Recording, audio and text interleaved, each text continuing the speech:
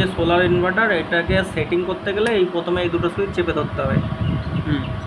চেপে ধরলে select setting আসলো, তারপরে এখানে চাপতে হবে।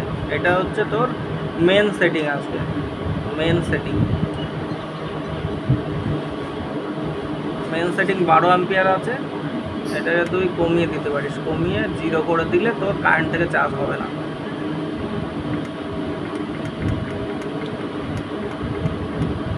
ধরে রাখতে হবে।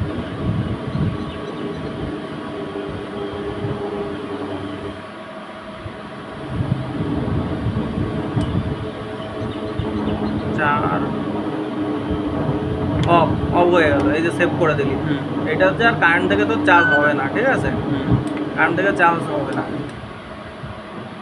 এটা সেভ হয়ে গেল ডাটা। এইবার তুই আবার এটা চাপলি, চাপ আসলে এটা যে প্রপার্টি সেটিংয়ে তুই এটা চাপবি, যে ব্যাক সুইচটা চাপবি। চাপলে প্লিজ ওয়েট আসবে। এবার তোর আসবে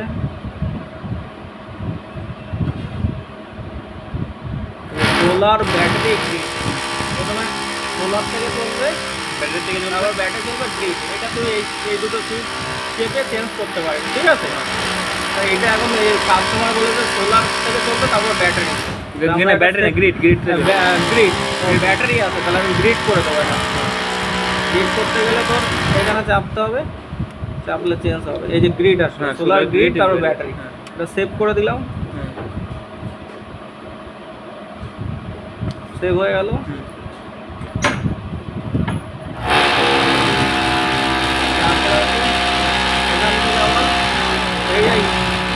মোড আর ইউপিএস মোড আছে।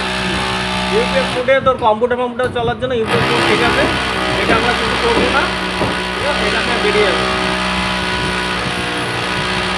এবার ফ্যাক্টরি সেটিং, এটাও আমরা কিছু করবো না, এখান থেকে বেরিয়ে যাবো। এখানে ব্যাটারি টাইপ সেট, এটা চাপলাম।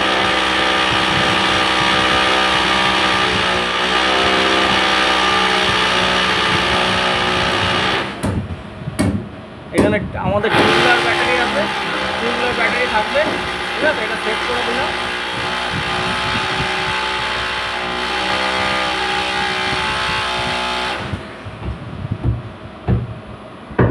এবার আবার এখানে যাব, এখানে নো লোড শাটডাউন। এটা অন করে দিলে তখন যদি লোড না থাকে বাড়িতে, তাহলে অটোমেটিক মেশিন বন্ধ হয়ে যাবে। মেশিন বন্ধ মানে মেশিন আউটপুট দেবে না, ঠিক আছে? এটা যেমন আছে সেরকম থাকবে এখন। আর এটা দেখলাম, এটা ব্যাটারি ক্যাপাসিটি।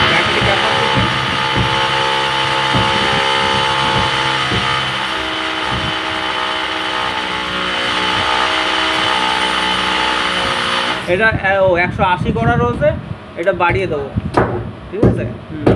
বাড়িয়ে দিতে গেলে এই যে উপরে চাপতে হবে 200। না না, প্রত্যেক ব্যাটারি ক্যাপাসিটি 200। 200 অ্যাম্পিয়ার করে ব্যাটারি আছে, এই যে সেভ করে দিলাম, হয়ে গেল। এবার পুরো কমপ্লিট হয়ে গেল। এবার এটা চাপলাম,